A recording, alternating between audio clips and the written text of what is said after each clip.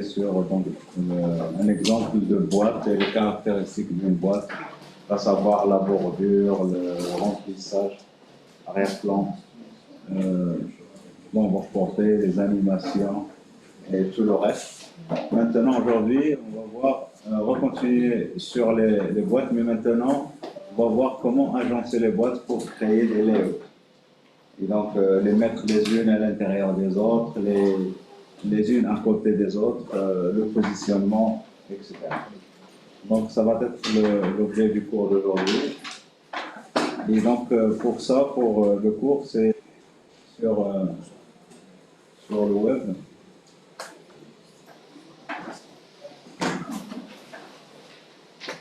css.drive.net. Alors, nous allons voir quelques slides dans lesquels donc, on va voir quelques concepts généraux, donc les polices, parce qu'on va les utiliser, et donc les tailles des polices. Ça, on en a déjà parlé, donc très rapidement, on va passer dessus. Les imbrications du boîte, et donc les différents cas d'utilisation qu'on va rencontrer. La disposition de texte, pas seulement de texte, de contenu, donc on peut le disposer en colonne.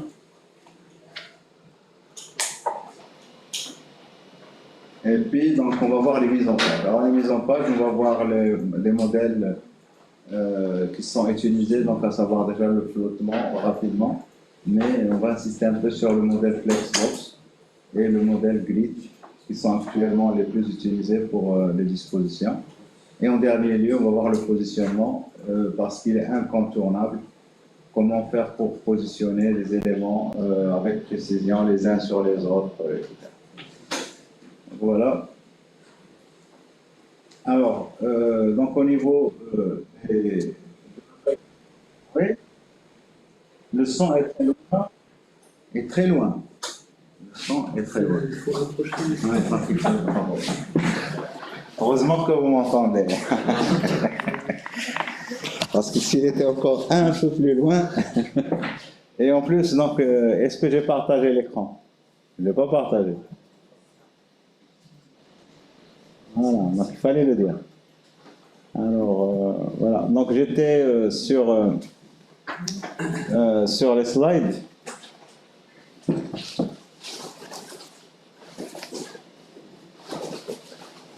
Alors les slides sont sur css.drive.net, donc vous pouvez y accéder. Alors mes slides ici, donc on peut les tester directement, interagir avec. Donc voici un exemple ici. Concernant la taille des polices de caractère, et donc ici, je fais une introduction dans laquelle je montre. On en a parlé la dernière fois. Quand vous mettez donc dans vos pages, vous changez la taille des polices. En général, on va mettre ça au proportionnel. Proportionnel à quelque chose, à la taille, une taille qu'on va mettre à la racine au niveau de HTML. Alors ici, au niveau de la balise HTML, on va mettre une valeur absolue. Là, je mets 14 pixels. Et puis, au niveau de mon contenu, je vais mettre des tailles qui vont être relatives. Alors, les deux unités les plus utilisées pour les polices, c'est EM et REM. Alors, EM, c'est par rapport, c'est un pourcentage ici, EM, c'est 200% de la taille du parent. Et donc, ça veut dire que ici, ça va lire la valeur du parent et donc ça va multiplier par 2. Et puis REM, c'est root EM, c'est par rapport à la taille de la racine. Et donc on peut donc construire des trucs relativement, comme on peut toujours revenir à la taille du parent et mettre quelque chose de proportionnel à ça. Mais au niveau de la racine, ben, il faut dire, c'est-à-dire HTML, il faut dire une valeur absolue, 14 pixels. Et donc si je modifie ici, je mets 18 pixels. Donc pour pouvoir modifier, donc le contenu de ma page, c'est ça. Au niveau de cliquer sur le bouton HTML. Et puis, alors ici, donc pour voir, donc j'ajoute des choses. Donc ça se exécute automatiquement. Et puis ici, au niveau des CSS, donc si je change la taille de la racine ici, eh bien ça devrait se répercuter directement sur l'ensemble de la page. Et donc, très important de savoir ça parce que quand vous êtes sur un site, on va vous proposer d'augmenter la taille globale du site. Eh bien, ça se fait comme ça. Donc, on va agir sur la taille de la racine qui est absolue. Et les autres, puisqu'ils utilisent une unité relative, automatiquement, ils vont changer de taille. Voilà, donc ici, bonjour. Ça c'est, alors juste ici, donc ça c'est des slides que j'avais fait il y a longtemps, donc j'ai développé et donc j'avais enseigné déjà et j'ai mis des vidéos, enfin une vidéo. Je pense qu'il y en a deux éléments de manière très précise au niveau de l'écran. Et donc là j'avais enregistré ça et la vidéo elle est sur YouTube. Typographie. Et donc là pour chaque slide je réexplique un peu ce qu'il y a dedans. Donc on peut écouter si on veut ce niveau. Une version du passé. Alors les dispositions en général dans les applications, les sites web, vous allez avoir des dispositions quand on va juxtaposer des boîtes comme ça horizontalement, juxtaposer les boîtes verticalement. Comment faire? Et parce que par défaut, donc, il y a des boîtes qui se juxtaposent automatiquement verticalement, d'autres horizontalement, donc il faut savoir pouvoir le faire vous-même, quelle que soit la balise que vous utilisez. Et puis, très souvent, vous allez avoir des boîtes dans lesquelles vous allez afficher des images et le texte qui va entourer cette image de manière automatique. C'est ce qu'on appelle le flottement. L'image, on peut la flotter à gauche, à droite, on verra ça. Et puis, par exemple, si vous prenez une boîte qui a une dimension donnée, comment centrer horizontalement, verticalement à l'intérieur de cette boîte. Et puis aussi, donc, là, je ne l'ai pas représenté ici, si on a des grilles, des sortes de tableaux. Et donc là, on va voir comment faire ça à ce niveau. Et puis le texte, mais pas seulement le texte, du contenu, hein, ça peut être des paragraphes, des titres, des images, etc. Si on veut que ces données s'affichent sous forme de colonnes comme dans le journal. Le journal, vous avez des colonnes et donc le texte, il apparaît en colonne. Et bien ici aussi, donc on peut le faire de façon à ce que ça s'adapte, par exemple, avec les dispositifs mobiles, tablettes, grand écran, etc. Et donc ça, on peut le faire aussi de manière automatique. Alors, la première des choses donc, à connaître, c'est qu'on a plein de balises. Les deux balises génériques dont on avait parlé au début, div, c'est juste une boîte, et span, c'est encore juste une boîte. Mais ils ont un comportement d'affichage qui est différent. Le span, pas le spam, les span, les balises span, ça vous permet d'entourer du contenu, mais ce contenu, il va toujours être affiché en flux. C'est-à-dire, ça continue comme vous avez du texte et à l'intérieur, vous avez un lien et peut-être un commentaire. Vous voulez entourer ça pour lui appliquer des styles. Bien, on va utiliser une balise span pour l'entourer et ça continue avec le texte. Les divs, ça vous permet de créer des blocs. Alors, les blocs, donc ici, on appelle ça donc les blocs et la disposition d'affichage, c'est bloc. Et donc, par défaut, pour une div, on a un attribut CSS qui s'appelle display, qui a la valeur bloc. Et pour les spans, par défaut, c'est inline. Et donc, vous pouvez prendre n'importe quelle balise div et vous pouvez, si vous voulez la rendre inline, vous la rendez inline. Mais ça ne sert à rien. Donc, span, c'est span. Donc et div, c'est pour les blocs, c'est pour la disposition. Alors ici, dans cet exemple, j'ai juste des divs, comme on va avoir souvent des choses comme ça. Donc j'ai une div qui ayant la classe outer, et à l'intérieur j'ai des divs ayant la classe inner, et j'ai ajouté des classes 1, 2, 3, comme ça on va pouvoir attaquer un élément particulièrement. Et puis ici au niveau de CSS, tout simplement, j'ai ajouté pour inner, j'ai ajouté la bordure, une marge et un padding pour les boîtes qui sont à l'intérieur. Et pour la boîte qui est à l'extérieur, j'ai tout simplement ajouté une bordure. D'accord? Alors maintenant, si je prends par exemple ces boîtes inner et je mets ici display et je mets inline, vous voyez comment ils vont apparaître ces boîtes? Eh bien, ils vont devenir inline, ils vont fonctionner sous forme de flux. Et donc, si je fais ça, vous voyez que ça revient automatiquement à la ligne. Mais à ce moment-là, width, high, etc., ça n'a aucun sens. Le width, le high. Ce qui va fonctionner uniquement, c'est les marges et les paddings. Donc vous voyez là, j'ai enlevé la marge, et là j'enlève le padding, et voilà, vous voyez ce que ça donne. Et donc si vous avez un élément inline, vous pouvez lui donner du padding, vous pouvez lui donner du margin, mais verticalement la marge, ça n'aura aucun effet. Et surtout, la plupart du temps, on va donner des marges ou des paddings horizontalement, pour espacer horizontalement. Alors, donc, quand vous faites des choses comme ça, vous pouvez faire un reset si vous voulez revenir à la version initiale. Alors, pour le texte, les dispositions de texte en colonne. Alors, donc, je dis texte ici. Donc, vous voyez qu'il y a des titres, il y a du texte. J'aurais pu ajouter des images. Et on veut que ça automatiquement, avec l'espace qu'on a, ça revient, ça crée des colonnes automatiquement. Et bien là, on a des attributs, column count et column width. Alors ces attributs, donc alors ici le contenu c'est ça. Vous voyez, j'ai ici une div qui contient un titre, un paragraphe, un autre titre, un autre paragraphe, des listes, et du contenu. Du contenu. Mais donc tout ce contenu est à l'intérieur de cette colonne, cette div ayant la classe mCalls. Et donc, pour ma classe mCalls, eh bien, là, je lui dis column count 2. Alors, j'aurais pu lui dire 4.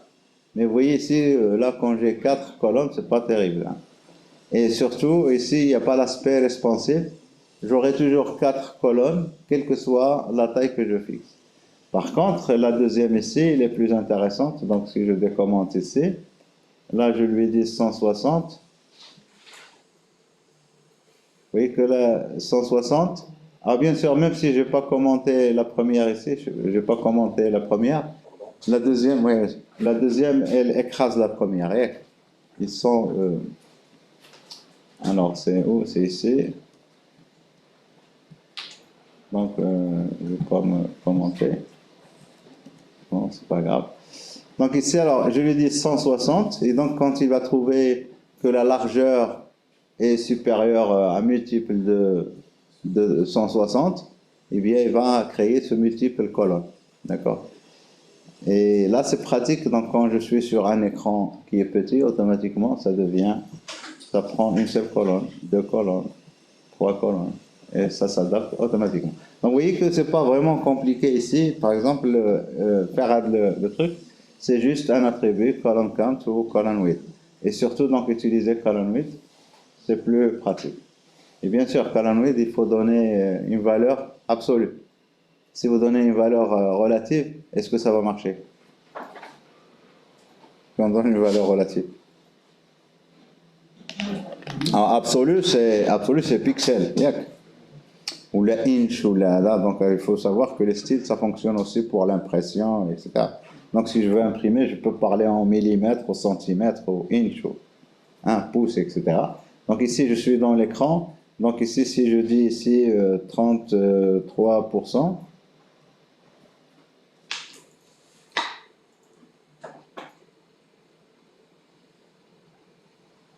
vous voyez que ça ne change pas le nombre de colonnes. Parce que ça reste toujours 33%. C'est pas absolu. Il faut que l'unité soit absolue. Ici, donc, si je dis ici 100 pixels, eh bien là, si je réduis, là, le nombre se réduit automatiquement. Donc ça, c'est pour les colonnes, mise en colonne. Alors maintenant, le flottement. Alors le flottement, ça se produit quand vous avez, et ça c'est très souvent dans les articles, on affiche une image et donc dans les dispositifs médiums, moyens, au niveau de la largeur, et donc on veut afficher l'image et on veut que le texte entoure l'image. Alors souvent, le texte il va entourer l'image soit à droite, soit à gauche. Alors pour faire cet effet, on a ici ça s'appelle donc le flottement. On va faire flotter l'image à gauche du contenu. Et le contenu encore ici, ça peut être n'importe quoi. Donc si je vous montre ici le contenu que nous avons ici à droite, j'ai ici une div qui vient jusque là et qui a la classe container et qui contient une image, un titre, un paragraphe. Et j'ai une autre div ici à laquelle j'ai donné la classe extra et qui contient encore un titre et 2 paragraphes. C'est ce que j'ai mis ici en rouge. Donc si je montre en CSS, donc extra, j'ai mis ici couleur rouge pour qu'on puisse la voir. Mais pour l'image, c'est l'image qu'on va faire flotter. juste comprendre quel est l'élément sur lequel on va agir. Eh bien, on va agir sur l'image et on va la faire flotter. Donc là, je la flotte à gauche. Eh bien, je peux la flotter à droite. Et vous voyez l'effet que ça fait quand je la fais flotter à droite. Vous voyez que ici, le texte, il s'arrête exactement sur l'élément. Et donc, alors, qu'est-ce qu'on pourrait ajouter ici? C'est une marche. Donc ici, je fais une marche. Maintenant, ça va être une marche à gauche, left. Et si je fais, par exemple, ça, vous voyez que le paragraphe, le suite du texte qu'il y a, vous voyez que ça monte aussi. Et très souvent, on veut arrêter le flottement juste à la partie, par exemple ici, container. Après le container, ben, il faut que ça vienne après. Et ça, c'est un phénomène, le flottement, quand vous l'activez, et il va continuer à fonctionner, il faut à un moment donné le stopper. Il faut dire, j'arrête le flottement. Alors, pour arrêter le flottement, donc on va l'arrêter où? Donc ici, je veux que ce paragraphe qui est extra, je ne veux pas que le flottement continue à ce niveau.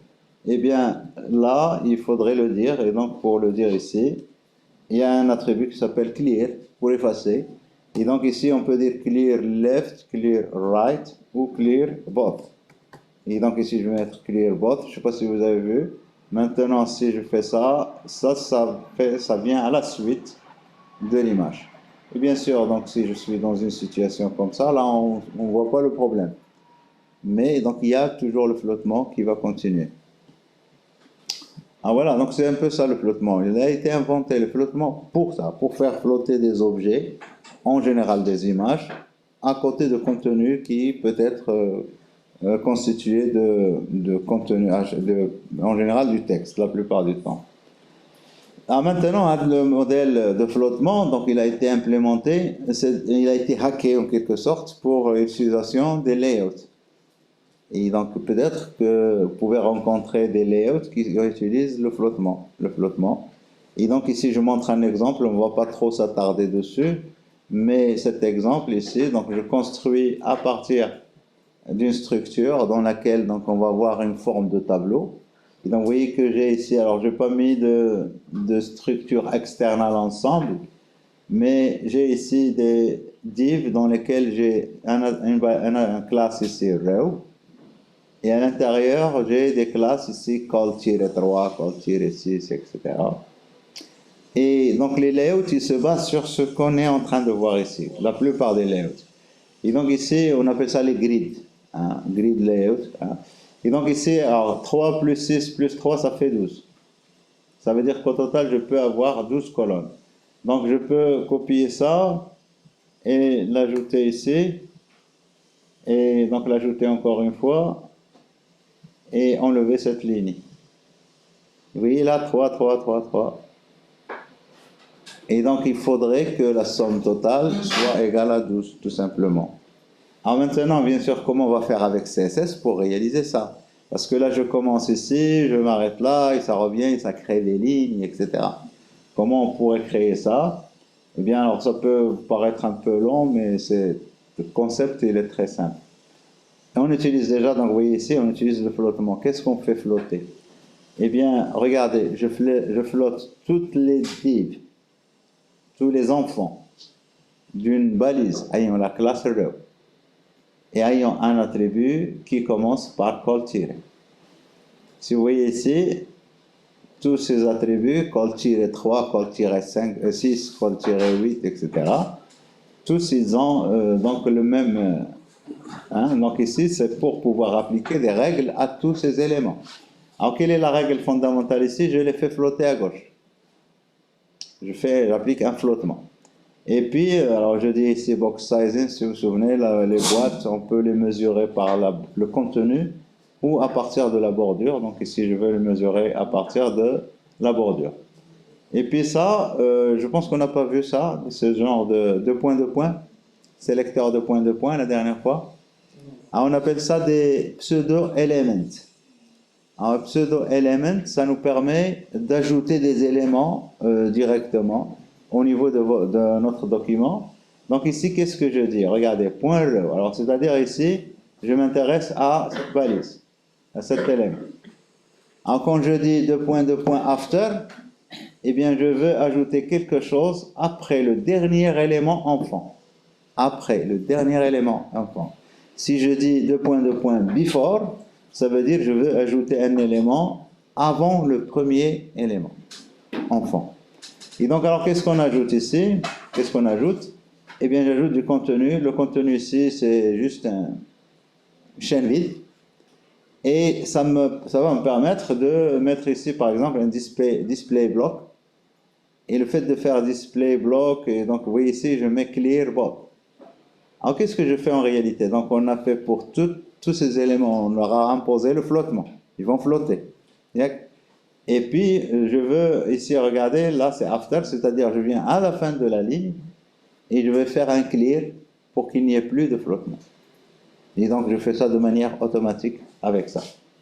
Alors, bien sûr, donc, vous pouvez ici inspecter. Donc, si vous venez ici et vous faites inspecter, vous allez voir l'élément qui a été ajouté. Vous voyez, c'est le after. Le voici. Et donc, c'est exactement ce que j'ai là. Et donc, le after, c'est grâce à ce after qu'on a un retour. On a effacé ce flottement. Donc, ici, après, maintenant, il y a call-1, call-2, call-3, call-4. Et donc, moi, je veux qu'au total, je puisse créer une sorte de tableau à 12 colonnes. Maximum 12 colonnes. Si je fais call-1, call-1, je peux répéter ça 12 fois. Sinon, de toute façon, il faudrait que je compte le nombre et ça doit me donner 12. Call-12 directement, une seule cellule. Et c'est le cas de la cellule ici en bas. C'est une seule que j'ai dans le row. Et donc, je donnais call-12.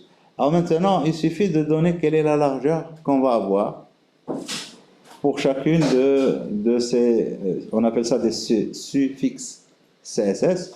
Et donc ici pour 4, eh bien on va voir 4, c'est le 1 tiers. 33,33%. Pour 6 colonnes, c'est la moitié, 50%. Et donc ici, voilà. Donc, sinon, pour une seule cellule, c'est 100% divisé par 12. 100% divisé par 12, ça fait 8,33%. C'est tout. Et grâce à ça, on peut créer des templates, des layouts. Et donc un layout qui est représenté comme ça, header, sidebar, content, footer, eh bien on peut le créer en utilisant juste le modèle qu'on vient de voir, en faisant comme ça. Donc container qui contient 4, vous voyez ici là, 4 lignes, si vous voulez, 3 lignes, pardon. La première ligne, il contient une call de 12, c'est-à-dire il occupe l'ensemble de la largeur. Et pour la deuxième ligne, j'ai 2 colonnes, une qui occupe un tiers et l'autre qui occupe les 2 tiers. Et la dernière elle occupe toute la largeur. Alors voilà, donc ici vous pouvez rencontrer ça, mais donc c'est juste pour savoir. Alors ce qui est important, c'est ça, c'est le modèle Flexbox. Et ça, c'est à comprendre parce qu'avec ça, on va pouvoir créer des choses. Non seulement on va pouvoir créer des choses, mais si vous comprenez ça avec les bibliothèques CSS, eh bien, il y a des classes qui vont comporter exactement ces noms qu'on va utiliser ici. Et donc, il faut comprendre ces noms, qu'est-ce que ça fait pour pouvoir utiliser ces classes. Alors, le modèle Flexbox, il va nous permettre d'organiser le contenu d'une boîte. Et bien sûr, donc on va utiliser, comme tout à l'heure, on avait dit display block ou display inline, comme on avait tout à l'heure. Ici, ça va être display flex et on va régler certaines propriétés relatives au modèle. Maintenant, avant de régler quoi que ce soit, eh bien, il faut savoir que le modèle donc, a une certain vocabulaire.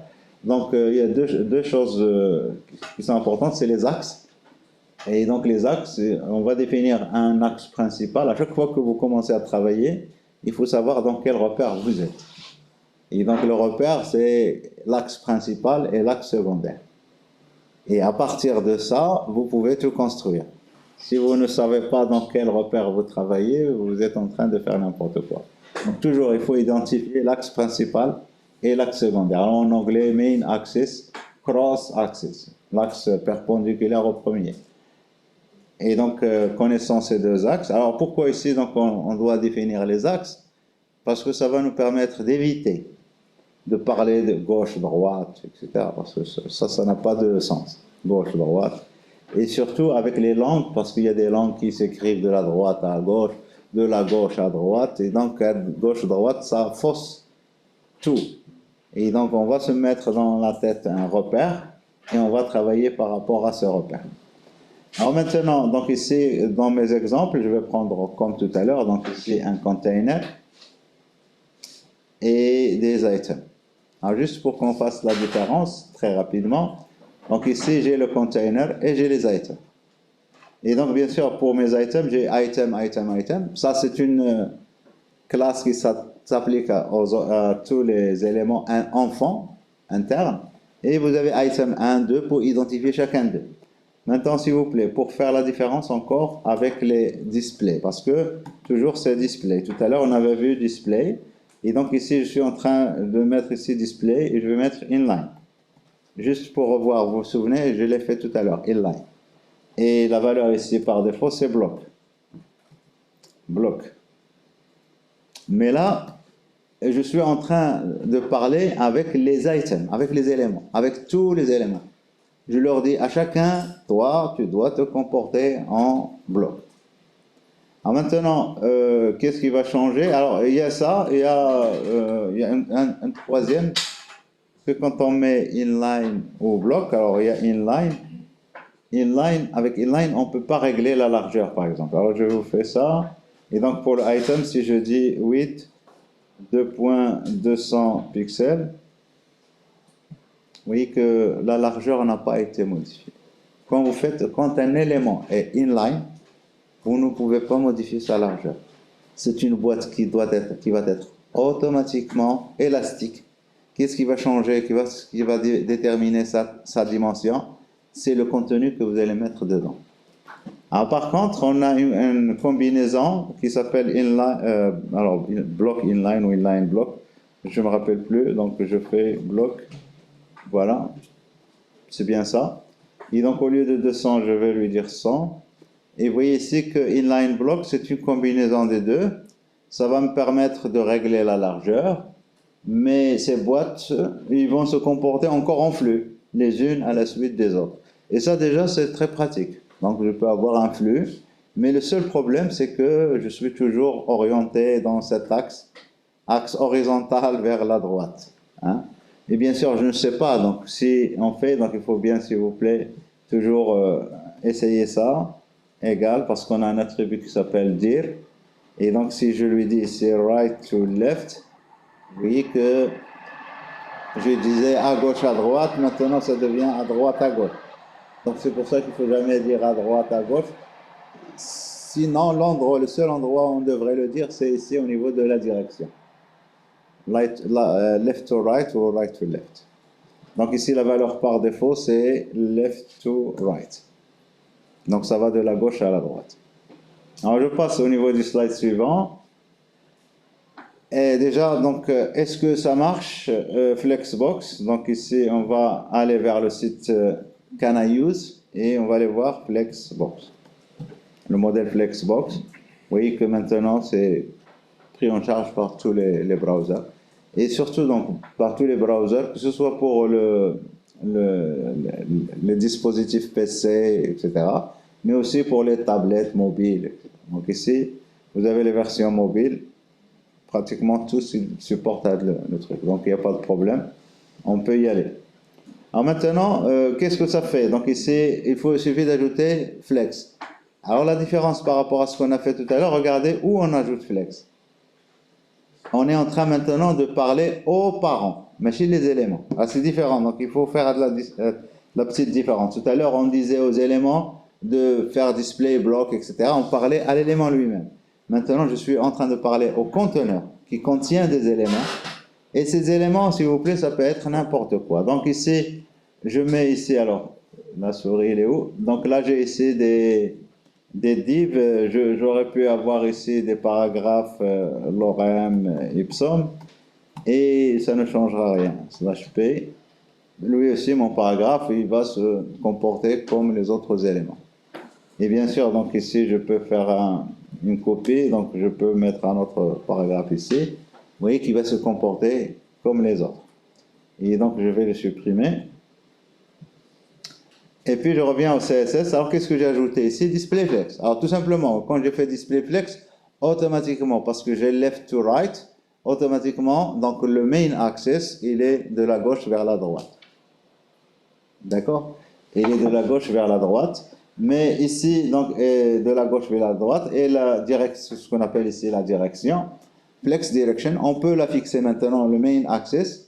La valeur par défaut, c'est ça, row. Mais on peut utiliser, si on veut, celle-ci, row reverse. Je sais pas, vous voyez, donc là, indépendamment de la langue, je veux que ça commence de la droite. Donc c'est ici. Ou alors je peux utiliser, alors chacune écrase l'autre, vous êtes d'accord? Je ne suis pas obligé d'aller recommander en haut. Et puis ici, direction column. Et puis, column reverse. Et ça inverse encore, donc je peux commencer d'en bas vers le haut. Et donc, alors, ça déjà, c'est une avancée. On peut, comme tout à l'heure, donc ici, si je recommence ici, je mets tout simplement row, eh bien, j'ai mes boîtes qui vont être disposées automatiquement, horizontalement. Et puis, donc, par contre, si je fais ça, vous voyez que ça ne revient pas à la ligne. Tout à l'heure, quand on avait mis inline block, ça revenait à la ligne automatiquement. Quand il n'y a pas assez d'espace, ça revenait à la ligne. Maintenant, ça ne revient pas à la ligne, ben, il faut le lui dire. Alors pour le lui dire, je ne sais pas, est-ce que c'est dans ce slide? Non, c'est pas ici. Et donc alors ici, pour le lui dire, donc ici, ben, il faut utiliser un attribut qui s'appelle FlexWrap. Et donc FlexWrap, ça nous permet de lui dire de revenir à la ligne. Et c'est le cas ici, parce que j'ai utilisé FlexWrap. Donc si je commente FlexWrap, vous voyez que là je suis 7, mais j'en ai combien ici? J'en ai 12. Et les autres, ils sortent de l'écran. Hein, ils sont toujours dans la même ligne. Donc quand on lui dit FlexWrap, ça revient à la ligne automatiquement. Ça revient à la ligne et ça c'est pratique.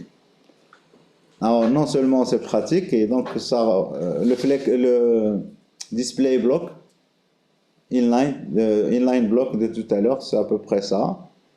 Et donc, quand il y a assez d'espace, vous voyez que ça remonte. Il n'y a pas d'espace, ça revient à la ligne de manière automatique.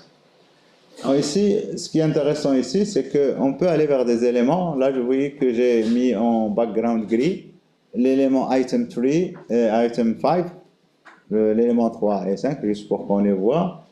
Et donc, on peut aller vers ces éléments et changer leur ordre. Ça, c'est vraiment très puissant. Donc, je peux lui dire ici order. Et donc, 2 points, et je mets ici 4. Alors, le fait de mettre 4, ça veut dire, vous voyez que l'élément 3, il est devenu ici. Ça veut dire que quand les éléments sont créés, ils ont un attribut qui s'appelle order, et cet attribut, il est par défaut égal à 1 pour tout le monde.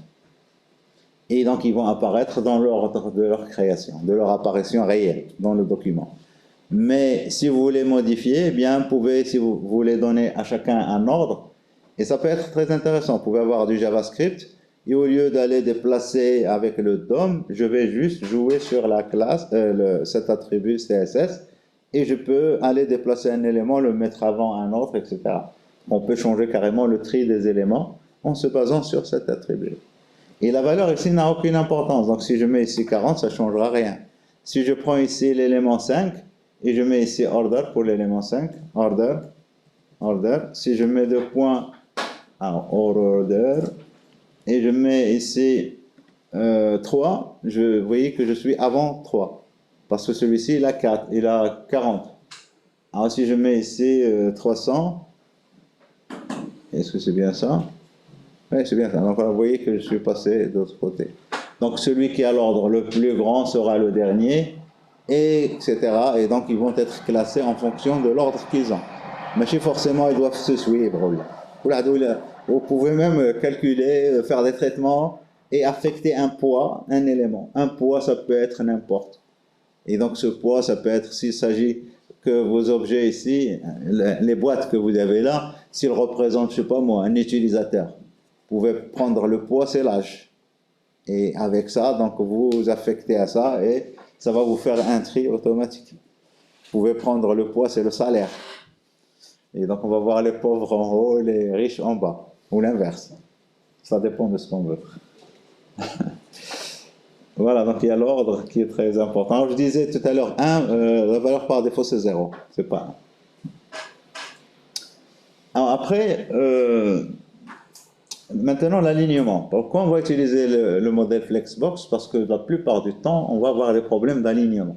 Comment aligner les choses? Et c'est là où vraiment, au niveau de CSS, ça devient intéressant. Donc au niveau d'une Flexbox, alors ici c'est toujours les mêmes trucs. Là j'ai pris juste 4 éléments pour que ce soit petit. Et donc au niveau de CSS, display flex, display wrap pour revenir à la ligne. Et puis justify content. Alors ici c'est la première des choses ici. Si je mets rien, le contenu va être automatiquement dans la direction de l'axe principal, main axis, ça va être à gauche par défaut. Alors quand je dis à gauche, donc il ne faut pas que je dise à gauche. Ça va être dans le côté de l'origine. Yak start. Et donc au lieu de dire à gauche, on va dire start. Comme ça, quelle que soit la direction de l'axe, donc on est au départ. Hein, on démarre, alors je peux dire ici center, et donc tout le contenu est centré. Et je peux dire alors ici, vous voyez comment on va appeler les choses, flex end, et donc ça va se mettre à la fin. Et donc la valeur par défaut, c'est flex start. Voilà, start, end, et puis center. Alors, et puis, donc ici, ça c'est justify content. On a encore d'autres valeurs qui sont beaucoup plus intéressantes. C'est, donc moi je veux pas que ce soit centré, je veux pas que ce soit à gauche, à droite, je veux mettre de l'espace entre les éléments automatiquement. Et donc là, mettre de l'espace, c'est space. Et donc alors on a plusieurs, donc space between. Vous voyez que j'ai mis de l'espace entre les éléments. Et s'il vous plaît, donc c'est automatique. Hein? C'est automatique. L'espace, il sera recalculé de manière automatique. Et puis, bien sûr, pour les items, donc je peux mettre ici, par exemple, un min width pour les laisser. Alors, min width, c'est bien ça, pas win. Min width. Min width, et on va mettre, je sais pas moi, un passant, donc on va mettre 60 pixels. Mais ils vont s'adapter automatiquement. Mais si je mets alors pourquoi j'ai mis min width? Ça veut dire les boîtes ici, si je mets plus de contenu dedans, une boîte peut s'agrandir par rapport aux autres. D'accord? Mais si je mets width, là, je vais fixer la boîte. Il va devenir solide, hein, de l'acier. Alors ici, donc, space between, space, quoi? Around. Around. Ouais, around. Et alors, around, space, around. Et donc, alors, l'espace ici, around, j'ai cet espace ici, j'ai le même pour le 1 ici. Pour 2, j'ai le même à gauche et à droite. Et donc, ça s'additionne entre les éléments. On a 2 fois entre les éléments qu'à l'extérieur. Et puis, on a une dernière qui peut être intéressante, c'est evenly. Alors, evenly, donc on va voir le même espace ici, là. Alors ici, donc ici je mets flex ici, flex wrap. Je peux mettre ici flex direction, column. C'est bien ça. Et donc je me mets en colonne. Et donc ici space au lieu de evenly. Donc on va mettre space, la première qu'on a utilisée, c'était quoi? Between.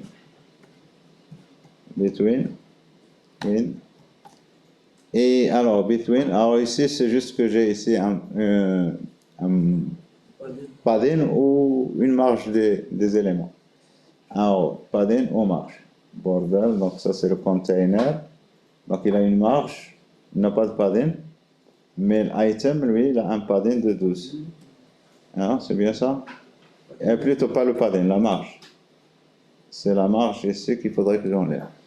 Et ça, des fois, on a besoin de ça. Vous pouvez prendre, par exemple, quand vous voulez mettre une carte, une image en haut, qui colle parfaitement avec la bordure. C'est ce qu'on fait. Et donc, on va créer trois éléments.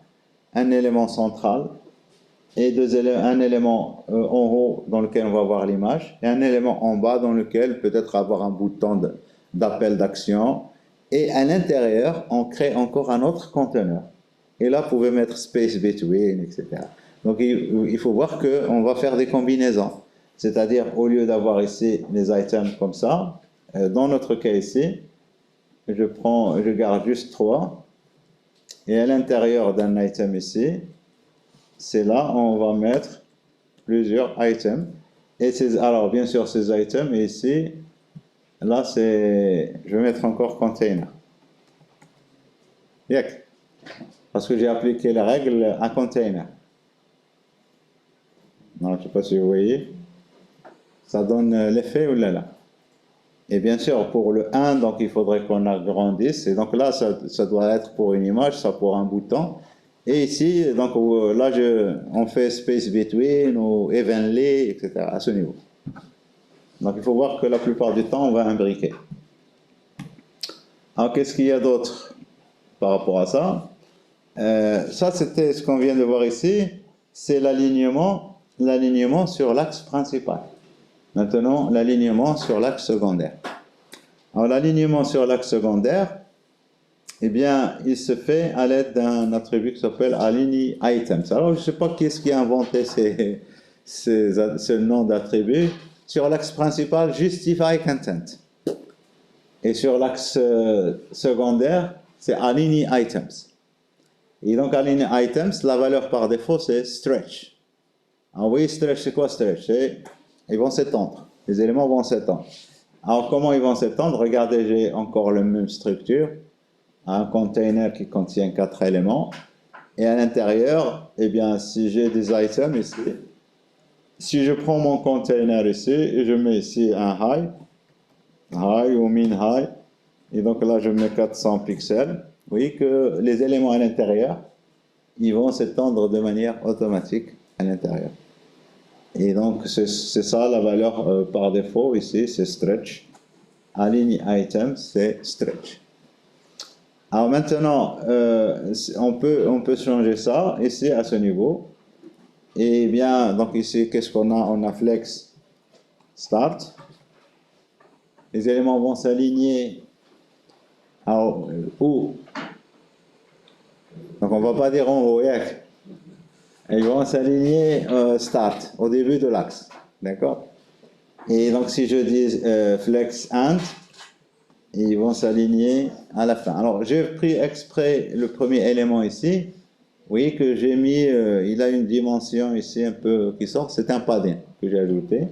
Et donc item 1, il a un padding ici j'ai mis 36. Alors je peux faire ça pour le 2 aussi, hein. Donc je fais une copie, alors CTRL C, CTRL Z, je fais une copie et je fais ça pour le 2 et je fais padding maintenant bottom. Vous voyez que tous les éléments, on passe une règle en bas, ils sont alignés. Et la même chose, donc si on fait ça pour start, flex start, ça va s'aligner complètement en haut. Alors bien sûr, ici j'ai mis la même valeur, mais on peut mettre des valeurs complètement différentes. Et puis le dernier élément, ici, ça va être, comment ça s'appelle, c'est par rapport au texte. Donc si ça ne vient pas, il faut aller voir la documentation, c'est baseline. Et donc ça a relation avec le texte. Et donc ici, baseline. Et là, vous voyez, alors, j'ai rien modifié.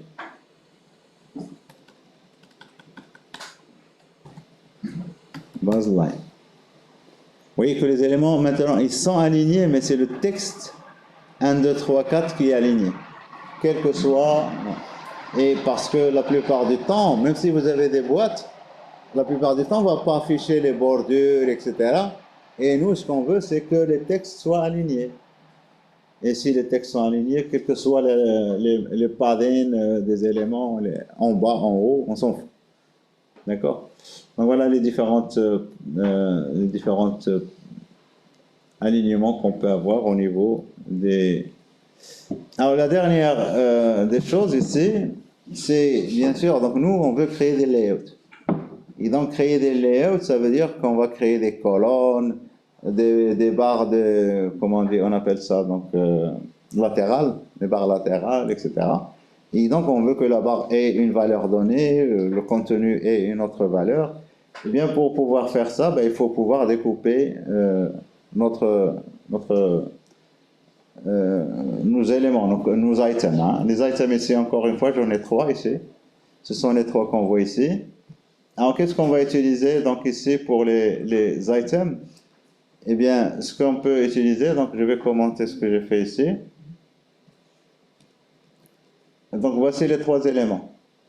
Maintenant, ces trois éléments, donc on a trois attributs qu'on peut utiliser. Alors, il y a trois cas possibles. Je suis dans un conteneur. Et à l'intérieur du conteneur, je mets trois éléments. Alors, ces trois éléments, quand je vais les mettre, ils peuvent déborder. Donc, si je veux les ajuster avec le conteneur, il faudrait que je les rétrécisse. Il faut que je réduise leur taille. Et donc là, en anglais, on appelle ça shrink. D'accord? Et l'autre cas, c'est le cas dans lequel nous sommes ici. Nous avons les trois éléments à l'intérieur. Et maintenant, qu'est-ce qu'on doit faire pour les mettre adaptés au conteneur? On va les agrandir. Et là, on appelle ça grow. Et donc, alors, on a shrink et grow. D'accord? Alors, c'est ce qu'on fait ici. Donc, alors, je prends l'élément 1, tous les éléments, et je leur donne ici, je leur dis, alors ici, cet attribut, flex, c'est un attribut composé. Donc, on peut écrire flex-grow, flex-shrink, le deuxième, flex-basis, et là, on peut donner la dimension, les dimensions. Et donc, alors, ici, au lieu de dire chaque attribut tout seul, c'est comme si vous êtes en train de dire margin left, margin top pour donner la même valeur. D'accord, si vous vous souvenez. Donc, on donne le margin d'un seul coup. C'est la même chose ici. Alors, ici, donc, alors, je donne ici, donc, je lui dis pour tous. Donc, ici, 1, 0. Si, alors ça, c'est grow. Si l'ensemble si l'ensemble de la largeur occupée par les boîtes est plus petite, eh bien, on va agrandir. On va prendre l'espace qui reste ici, cet espace, et on va le partager à ces éléments. On va les ajouter à ces éléments pour qu'ils s'agrandissent, et on va donner une part à chacun. Oui, on va donner à chacun une part. Ça veut dire l'espace que j'ai ici, là, on va le partager ici par 3. D'accord? Maintenant, si je viens pour un élément donné, par exemple ici item 2, et je lui dis, toi, tu vas t'agrandir 2 fois, tu vas prendre 2 parts. Et donc, il va prendre 2 parts de l'espace qui est resté. Attention, c'est pas... Donc, le 2 ici, il n'a pas... Alors ici, je ne sais pas qu'est-ce que j'ai mis. Alors ici, j'ai mis juste lui que j'ai agrandi. Hein. Je lui dis tout l'espace, tu prends 2 fois l'espace qui reste. Il a pris tout l'espace, lui.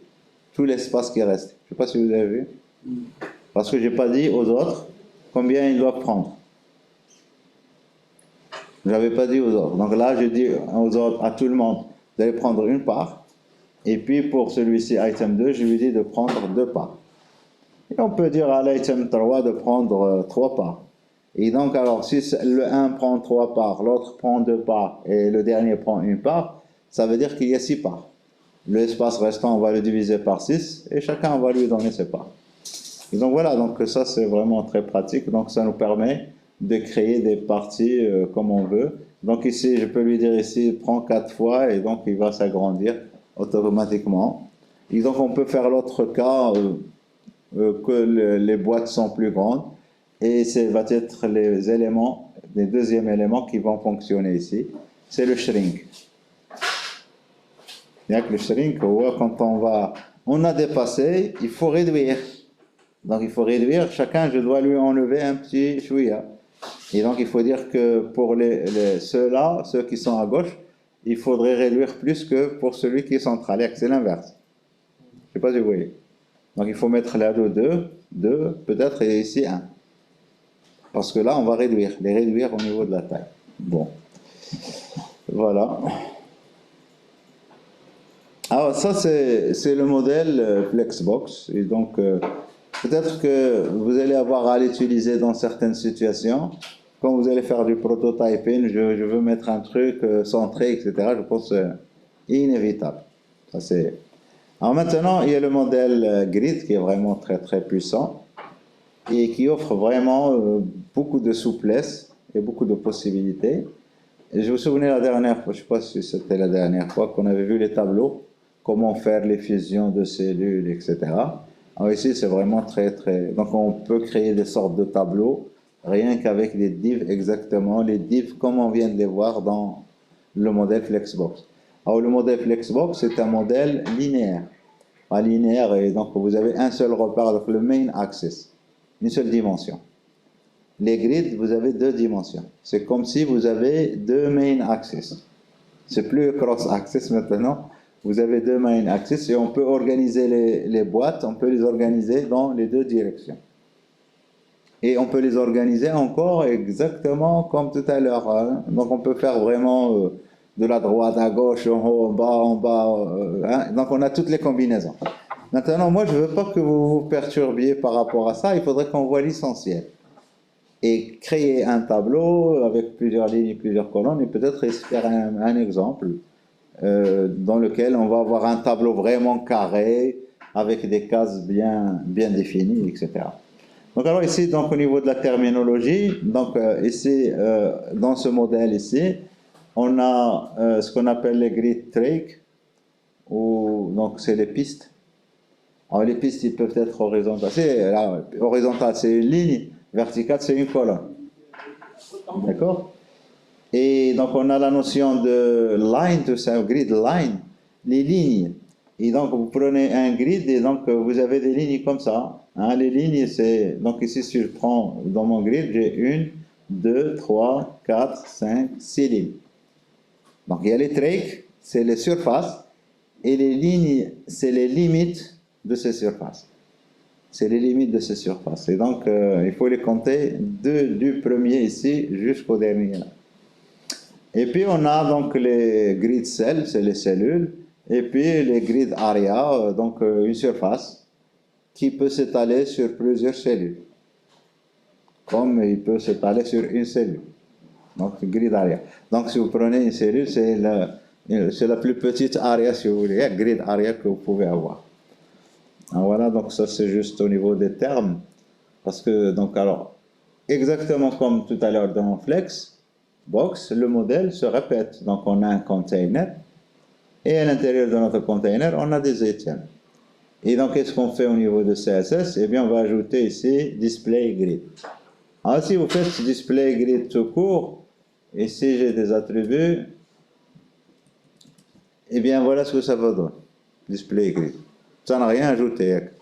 Ça n'a rien ajouté. Donc vous avez des divs. Et puisque pour mes items, j'ai donné ici une bordure.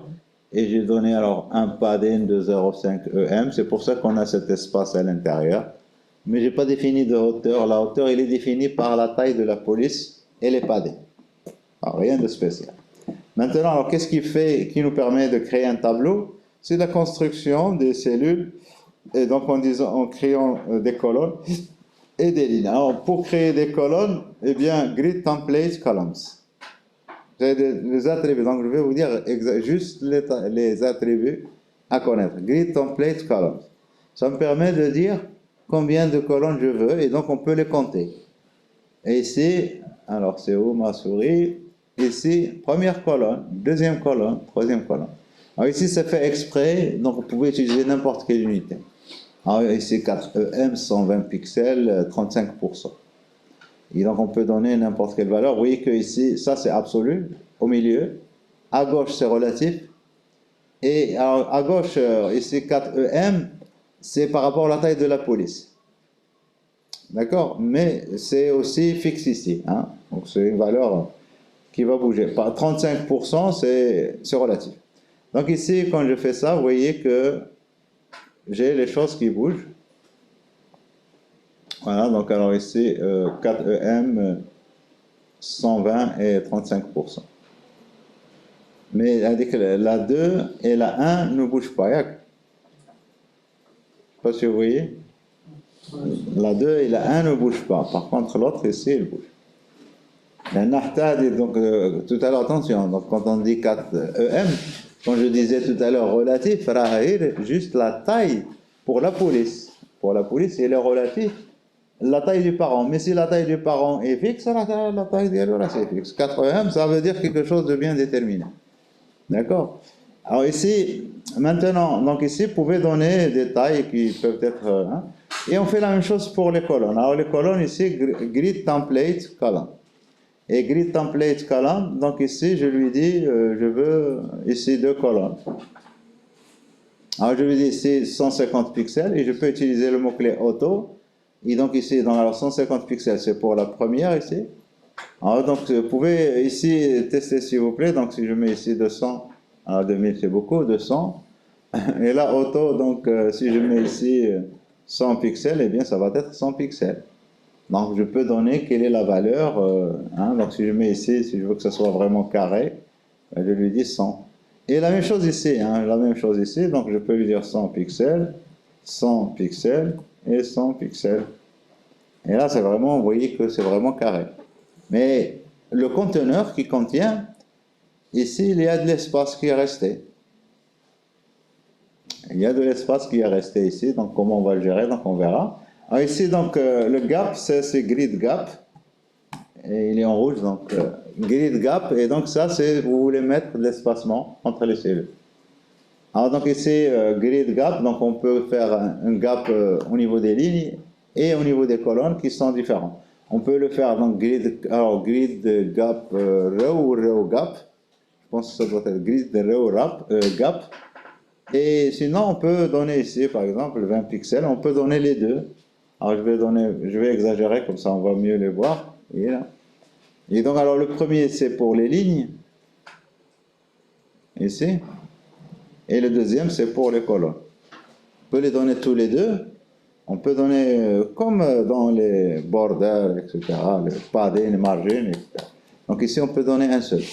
Si on donne un seul, ça s'applique pour les deux. Donc voilà, alors qu'est-ce qu'il y a d'autre? Donc voilà à retenir ici, donc display grid, on le dit aux parents, je m'en fous des enfants, quels qu'ils soient ces enfants, ils vont s'appliquer. Vous pouvez mettre du texte, un paragraphe, tout ce que vous voulez, et ils vont s'adapter comme ça. Et donc pour vous dire combien de colonnes on veut, eh bien ici c'est à ce niveau que ça se passe, donc vous pouvez donner autant de colonnes que vous voulez. Et donc là, je lui ai dit 50%, vous voyez, donc 1, 2, 3, 4. Là, j'ai mis 4 colonnes. Et donc, des fois, je veux un tableau qui contient 100 lignes fois 100 colonnes. Ça va être facile à faire. Donc, il faut qu'on trouve des solutions. Donc, à chaque problème, il y a une solution. Alors, maintenant, quand on travaille avec les browsers, tous les browsers maintenant, surtout ceux qui se basent sur Chromium, ils ont au niveau de DevTools un outil qui nous permet de visualiser les grids et de voir un peu tout ce qu'il y a dedans. Ah, j'ai mis ça sur le slide, comme ça vous allez... Donc vous, bien sûr, donc si je suis ici, alors c'est pas là, si je reviens au slide précédent, et donc je fais ici inspecter, vous allez voir ici que j'ai ici un grid, vous le voyez là. Alors j'agrandis ça ici, je réduis ça chez Chouïa, et j'agrandis ça ici. Vous voyez ici grid, quand je clique dessus, ça m'allume le truc. Et donc ici en regardant, j'ai les grid lines, ligne 1, 2, 3, 4, hein, c'est ici où c'est écrit. Hein. Et puis, pardon, colonne, hein, d'accord. La ligne est bien sûr de la colonne. Hein. Et donc, on tenait ici, au niveau des lignes, donc ligne 1, 2, 3. Et on a encore, s'il vous plaît, à l'envers. Donc ici, moins 2, moins 3, alors moins 1, quelque part. Le voici, moins 1, moins 2, moins 3, moins 4 et moins 5. Donc on peut compter en positif dans un sens, et on peut compter en négatif dans l'autre sens. C'est bien ça. C'est comme si donc, vous avez un tableau et vous voulez le parcourir. Un tableau. Vous faites une boucle for i égale à 0, alors imaginez que votre tableau commence à 1. Vous allez faire une boucle qui commence à i jusqu'au nombre d'éléments. Et vous incrémentez jusqu'au nombre d'éléments. Alors ici, donc, vous avez la possibilité d'aller du dernier au premier sans trop d'artifice. Mais bien sûr, vous pouvez le faire, donc une boucle. Vous faites for i égale à n, nombre d'éléments, Yak. Tant que votre variable est supérieure à 0. Et à chaque fois, vous faites i moins moins, et donc c'est la boucle à l'envers. Et donc vous avez ça, c'est inclus.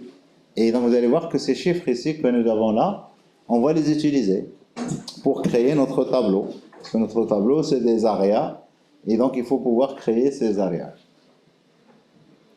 Alors ici, donc, je passe au slide suivant. Donc ça, c'est les grid area, recettes. Pardon, les DevTools.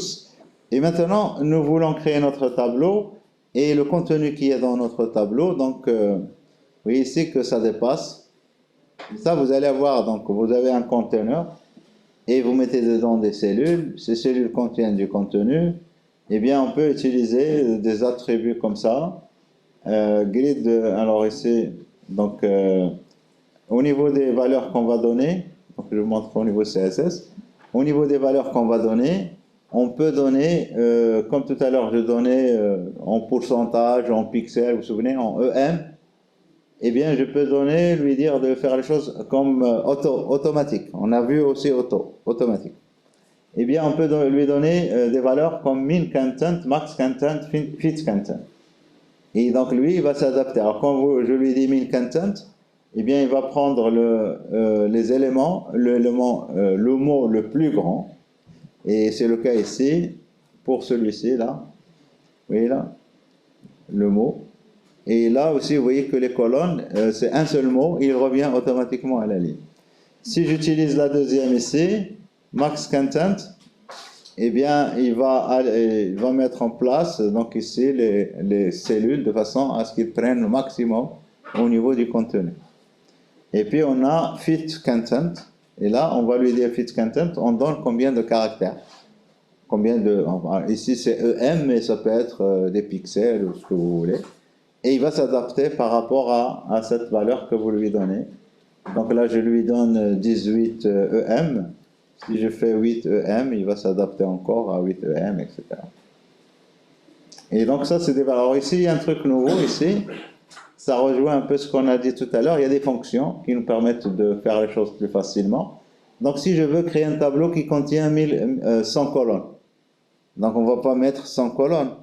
Et donc, on a une fonction qui s'appelle repeat et qui nous permet de répéter plusieurs fois des éléments. Par exemple, ici, juste ici dans notre cas, je peux mettre ici repeat 2 fois et je lui dis ici 100 pixels. Alors je peux lui dire qu'est-ce que je veux répéter. Donc repeat 2 fois 100 pixels. Et donc ici, ça concerne les 2 premiers éléments. Pour le 3e élément, donc je lui dis ici 180 pixels. C'est-à-dire ça va générer un résultat 2 fois 100 pixels. Et ici 180. Et je peux, avant repeat aussi, lui dire ici, je ne sais pas moi, encore 50 pixels.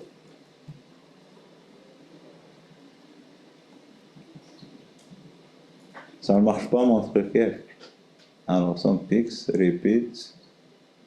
Ah oui, donc c'est parce que elle dit. Donc ce que je faisais donc, ne marchait pas parce que j'avais ça et ça. Voilà, donc ici, alors j'ai mis 50 ici, je vais mettre ici 100. Vous voyez? Et donc là, je répète 2 fois 100. C'est 100, c'est 2 ici. Et pour le 3e, je lui dis 180. Et donc, alors, ça aurait pu être quelque chose comme 50%. Et donc, avec repeat, si on a des choses qui doivent un truc répétitif, donc il ne faut pas le répéter, ben, il faut appeler la fonction repeat. Et puis, alors, ici, on peut utiliser aussi, donc, si je reviens à l'intro, on peut utiliser une unité qui est nouvelle, qui est utilisée dans les grids, qui s'appelle FR. C'est pas la France, hein, c'est fraction. Et donc, une fraction. Et ça, c'est vraiment une unité qui est très utile parce que ici, par exemple, là, je lui dis repeat, 4, fois une fraction. Et il va répéter 4 fois une fraction. Alors, qu'est-ce que ça veut dire? Donc, ici, il va répéter 4 fois une fraction. C'est exactement, si vous vous souvenez tout à l'heure, pour le modèle Flexbox, quand on avait fait le grow et le shrink, avec le grow et le shrink, il se fait en fonction de quoi? En fonction de l'espace qui reste. En fonction de l'espace qui reste. Eh bien là, ici aussi, c'est en fonction de cet espace qu'on va donner des fractions ou retrancher des fractions à un élément. Ici, spécialement, je l'ai fait exprès. L'élément ici, il est trop grand, à le mot. C'est pour ça qu'on a le truc qui... Et donc cet élément est réellement plus grand que les autres. Mais on peut, si on veut, fixer les éléments pour qu'ils aient une largeur bien définie. Et tout le reste va s'adapter en fonction de ça. Alors je récapitule ici. Donc surtout donc ici on va utiliser cette notion de fraction. Et on peut donc si pour une colonne donnée on veut la favoriser, on va lui donner 2 fractions ou 3 fractions.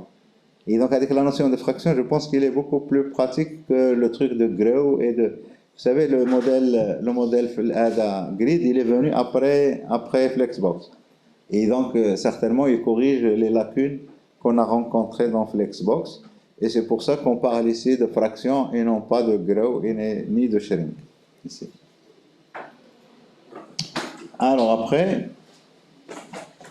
après maintenant, la dernière partie qui va nous intéresser parce qu'on veut créer des parties, des fusions de cellules, si vous voulez. On veut créer un tableau exactement comme on veut. Et donc, je veux que j'ai ici dans la première ligne, ici une cellule qui s'étale sur 2 colonnes. Dans la deuxième ligne, j'ai une cellule, la troisième, donc la deuxième cellule ici, je veux qu'elle s'étale sur 2 lignes, etc. Comment on va faire le genre de truc avec grid? Eh bien, en utilisant ici des attributs grid column et grid row. Et donc ça, on va l'appliquer à un élément. Je pense que vous le voyez pas. Comment faire pour un tableau, dire cet élément de s'étendre? Il faut aller le lui dire lui-même. Vous êtes d'accord? Donc on peut appliquer des règles globales en container. Maintenant, pour une cellule, pour lui dire, il faut que tu t'étales à quoi, il faut aller le lui dire elle-même, à la cellule. Eh bien, ici, je suis dans un item. Je suis ici dans un item, ici. Et cet item, je lui dis ici grid column. Et là, je lui dis par exemple alors, auto. Donc ici un peu, c'est où vous commencez et où vous finissez. Donc à peu près. Donc il y a plusieurs manières d'écrire ce qu'on est en train de voir ici. Et donc on va essayer quelques variantes. Et donc là, je lui dis span 2. Et on peut lui dire alors ici auto. Alors comme vous lui dites auto, c'est l'endroit où vous êtes créé automatiquement. Donc il ne va pas chercher à modifier l'endroit où il est créé. Mais à partir de l'endroit où il est créé, il a, sans faire ni grille de colonne, ni rien du tout. Si vous ne faites pas ça, votre cellule va apparaître quelque part. D'accord? Et quand elle va apparaître, ça va définir une ligne, ça va la face gauche, si vous voulez, il va être dans une ligne. Les lignes qu'on a vues tout à l'heure. Maintenant, vous voulez lui dire sur combien de colonnes il va s'étaler. Bien, vous pouvez lui dire, aller jusqu'à la colonne telle, numéro tel, ça on peut le dire. Ou alors on va lui dire de s'éclater sur 3 colonnes. C'est là où j'utilise ici span, de s'étaler sur 2 colonnes, quel que soit le truc. Alors ici, on prend notre exemple ici, très simple, c'est des items, vous voyez, item 1, 2, 3, 4, 5. Et on peut les faire varier. Et ça, c'est le cas le plus général que vous allez rencontrer. Donc ici, alors, je prends, donc vous voyez ici, display grid. Ça, c'est normal. Alors ici, grid template column. Là, je veux créer mon tableau, combien de colonnes? Je veux ici 3 colonnes. Et on peut les compter. 1, 2, 3. 3 colonnes. Et grid template ici, rows, je lui dis 100 pixels auto. Et donc, alors, le fait de dire 100 pixels auto, ça ne veut pas dire que j'ai uniquement 2 lignes. S'il vous plaît. Ça ne veut pas dire que j'ai uniquement 2 lignes. Alors, je peux continuer ici, lui dire ici auto, et lui dire encore auto. Et donc, alors ici, je ne vais pas lui dire auto, je vais lui dire, dans le troisième ici, lui dire 100 pixels. Est-ce que, donc ici, première ligne, auto, 100 pixels. Deuxième ligne, automatique. C'est le contenu que vous mettez qui va mettre la hauteur. Troisième, automatique. Imaginez avec le content, vous allez le laisser automatique. D'accord? Le content, dans votre site, vous avez le header, left pan ou le barre latérale, le footer. Le content, il faut qu'il soit élastique. Vous n'allez pas le fixer.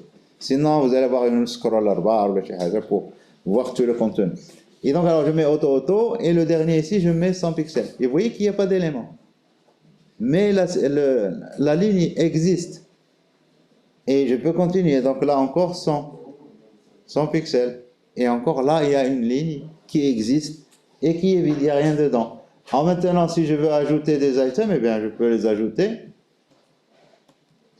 Et ils apparaissent automatiquement à l'endroit où ils devraient apparaître. Alors pourquoi ils apparaissent à peu près aussi grands que ça? C'est parce que j'ai mis 100 pixels.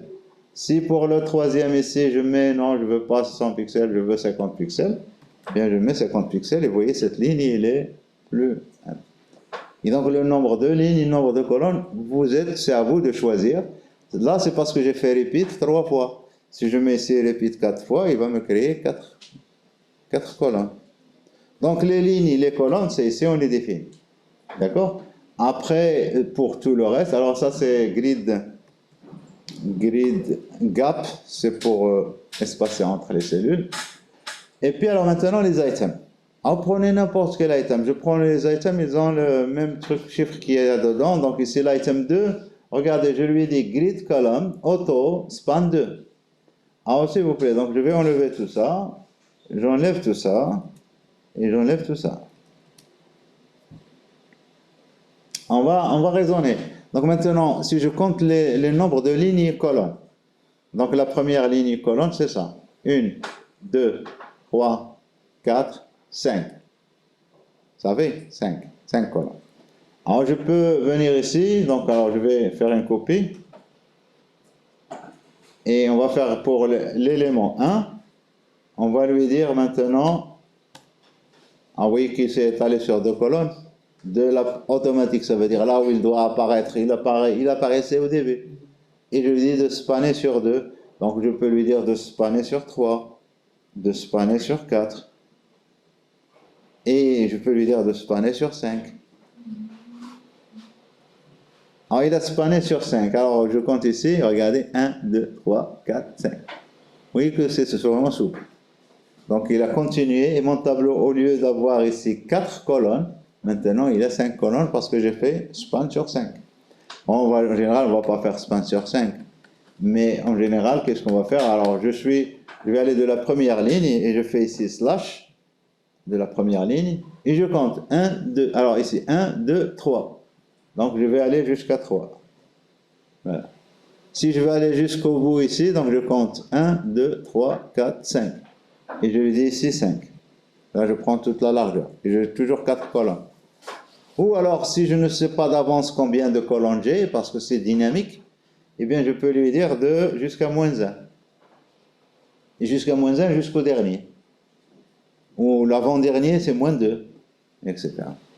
Donc, on peut s'amuser à faire 1, moins 1. C'est très pratique. Et puis, alors, ici, donc, pour l'item 2, prenons l'item 2. Et donc, c'est toujours grid column. Alors, si je veux ici mettre grid row, eh bien, on peut le faire. Donc, alors, on fait ici pour l'item 2. Alors, l'item 2, c'est l'élément celui-ci là. Donc, si je fais ça, vous voyez qu'il va spanner à partir de l'endroit où il est. Mais c'est vraiment très souple. Attention. Donc, je peux lui dire, regardez, donc grid column. Donc, c'est les colonnes maintenant. Alors, je lui dis de spanner de 2. Alors, ici, regardez. 0, 1 plutôt. 1, 2, 3. Je vais lui dire de spanner de 3 jusqu'à moins 1, jusqu'à la fin. Je lui dis 3 jusqu'à moins 1. Est-ce que c'est bien ça? Alors, jusqu'à moins 1. Qu'est-ce qu'il a fait? Il a spanné, hein? Donc, il a poussé tous les autres. Et voilà. Alors, le 3 ici, je vais essayer de le tirer vers le haut. Je ne sais pas est-ce que ça va marcher. On va essayer de le tirer vers le haut. Donc, le 3, donc allez, on va prendre celui-ci, on va mettre ici 3. Et on va lui dire, alors ici, c'est grid row. Donc, c'était colonne ici. Là, on va lui dire grid row. Le fait ici que ce soit auto, donc c'est à l'endroit où il apparaissait. Mais là, je vais lui dire de, donc ici, 1, 2, 3, 4. Je vais lui dire de 2 jusqu'à 4. Donc ici, de 2 jusqu'à 4. Oui, déjà, span 2, donc voilà, c'est jusqu'à 4. Je fais remonter le 4, Taour. On le fait remonter. Alors, qu'est-ce qu'on va lui dire pour le 4? On le fait ici, alors, c'est 3. Et le 4, donc on copie ça. CTRL-C, CTRL-V, 4. Et donc, alors, le 4 aussi, donc il fait la même chose. C'est le même principe. Etc., etc. Alors, 5, on va le faire pousser vers la droite. Allez, 5. 5, on le fait pousser vers la droite. Donc, auto 2. C'est bon. Auto 2. De l'endroit où il est, je lui dis de se décaler vers la droite sur 2. Alors, ça, c'est rêve. Hein? Donc, je lui dis column. Column. C'est bien ça? Oui. C'est l'élément 4, non? L'élément 5. Ah, ouais, c'est bon. Sinon, donc, il était juste la moitié. On peut s'amuser avec. L'arc de 6, alors 6, on en a plusieurs, donc je vais éliminer quelques-uns des 6. Donc, ça.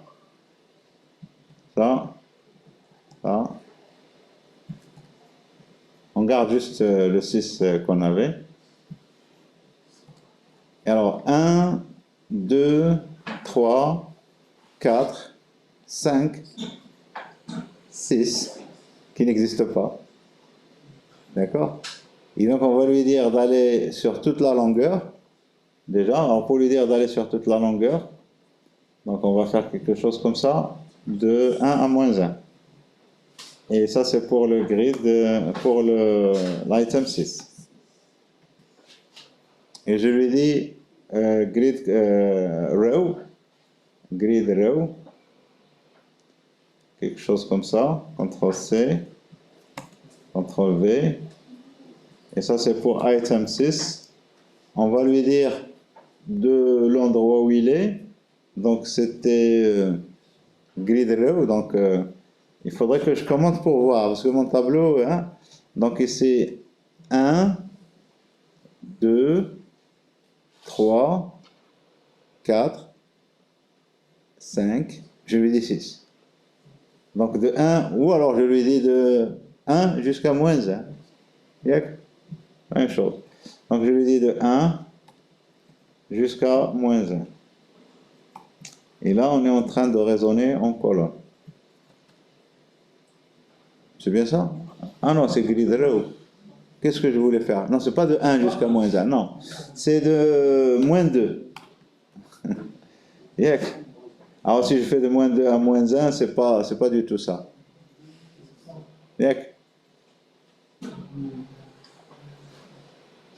Alors, je sais pas qu'est-ce qu'il a fait.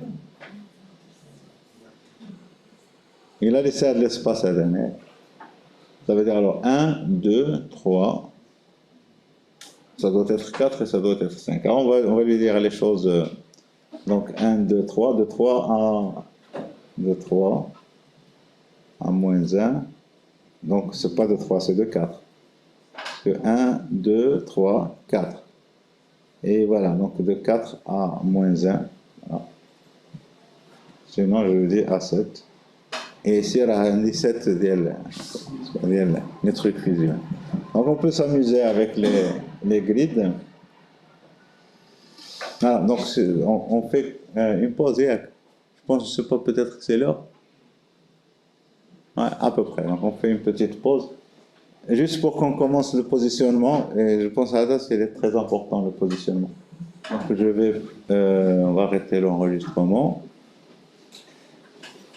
Et